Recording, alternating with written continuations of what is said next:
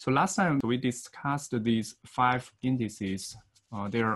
Except the last one, sensitivity, all the other 4 are defined using Atterberg limits. So we have talked about plasticity index, liquid index, consistency index, activity, and finally that sensitivity. Okay. And so what's left for this chapter is basically what's the usage of Atterberg limits and what's the usage of these indices. Okay. So the first thing, this is something more of a qualitative nature. So here people, when talking about clays, people say consistency of clay or consistency of cohesive soils. First, I want to just briefly explain what consistency means for cohesive soils. And so this is basically a term used to indicate the degree of firmness of clays. So that's a very qualitative term. And when people describing consistency of clays, they use terms like very soft, soft, stiff, very stiff, and hard. So these are basically very qualitative terms to describe the proper degree of firmness of clays.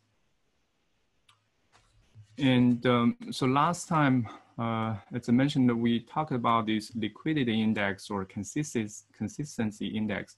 So both of these indices give you an idea of where in situ water content is compared to its liquid and plastic limit. So that's what's shown here. So that's why using the in situ water content alone is not an adequate index for consistency. So if you want to tell if clay is firm or soft or very hard, in addition to the water content, you need to know basically where that water content is compared to its liquid and plastic limit. And so that's why we introduce all these indices. And in general, clays are weaker when the natural water content is close to liquid limit. And clays are generally stronger when the natural water content is closer to plastic limit or PL. And these can be quantified using that liquidity index or consistency index we introduced last time. So both indices, again, give you where clay's natural water content is with respect to these 2 bounds. Okay. And next, in terms of usage of those Atterberg limits. So the first one is the Atterberg limits actually are used to classify soils for engineering purposes. And we do so through this plasticity chart. So I'm going to explain this chart a little bit more in just a minute. And also Atterberg limits. So the liquidity index we introduced last time gives you an indicator of sensitivity of clays. And Atterberg limits can be used to basically to tell the mineralogy or mineralogical components or compositions of clays. So these 3 main types of clay minerals, you can tell what are present in the soil through activity index, so through the basic use of Atterberg limits. And finally, Atterberg limits are used to translate in engineering experiences. So we know that soils with similar Atterberg limits have similar engineering properties. So by knowing their Atterberg limits of, this is referring to cohesive soil, you know it's a probable engineering behavior.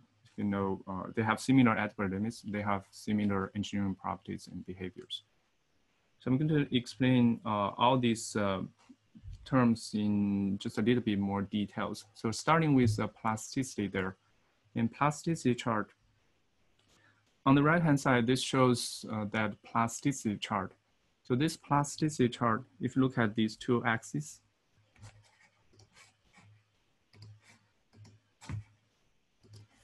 and on the horizontal axis, that's the liquid limit. So that's LL. And on the vertical axis or the y-axis, that's the plastic index, PI. Okay. So remember, plastic index is defined as LL minus PL. So actually, it's the difference between these 2 Atterberg limits.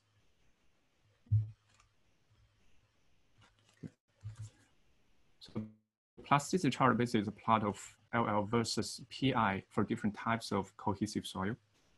And as I mentioned, this is the base for USCS, that's the Unified Soil Classification System this is used to classify cohesive soils, fine-grained soils. And there are two important lines on this chart. The first one is called the A line. So look at this chart, there's an expression for A line.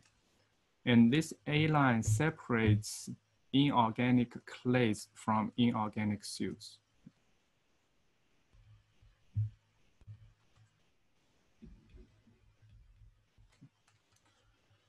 Specifically above A line, so if for a given soil, if after you did the Atterberg limits test and you plot LL and PI, if that soil is plotted above A line, it's most likely that's clays. And if that soil is plotted below A line, it's most likely it's inorganic silts. So, and of course, there are different types of clays and silts, and you can look at these legends there. But A line separates clays and silts. In clays, remember, it's basically a material with some plasticity. And silts is something, it's very tiny particles, but has little or no plasticity. So that's A line. The second line on this chart, that's U line. And again, there's an expression for U line as well. And the importance of U line is it's basically the upper limit of all the known soils. Okay, so that's based on a lot of experiments, tests on different types of soil. So all the PI and LL for the soils, they plot below A line. I mean, below U line. So U line is kind of an upper limit. So that's U line, A line. So next week, when we start the soil classification, chapter 5, we're going to use this plasticity chart a lot to classify soils. So that's plasticity chart. The other thing I mentioned, the usage of Atterberg limits is to tell the mineral, what minerals are present. And basically, this chart shows the 3 common types of clay minerals and their proper range of Atterberg limits. In particular, I want to point out this activity index here. So this last column. So activity has a very good correlation with clay minerals. So if you know activity, you can pretty much tell what minerals are present in that clay. So one more thing here, this is soil expansion potential. And this chart is basically plotted as percent of clays versus plasticity index, PI. Okay. And also on this chart, you see this activity numbers. Okay. So again, all these are basic from Atterberg limits test.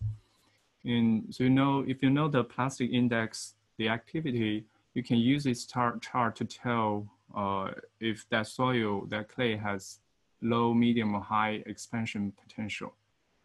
This is something I briefly mentioned last time. So expansion potential, basically, if it's a very expensive clay, a tiny bit change of moisture content could induce a large change in volume. Okay. So again, that's something you want to avoid if that soil is used as building or foundation materials. Okay.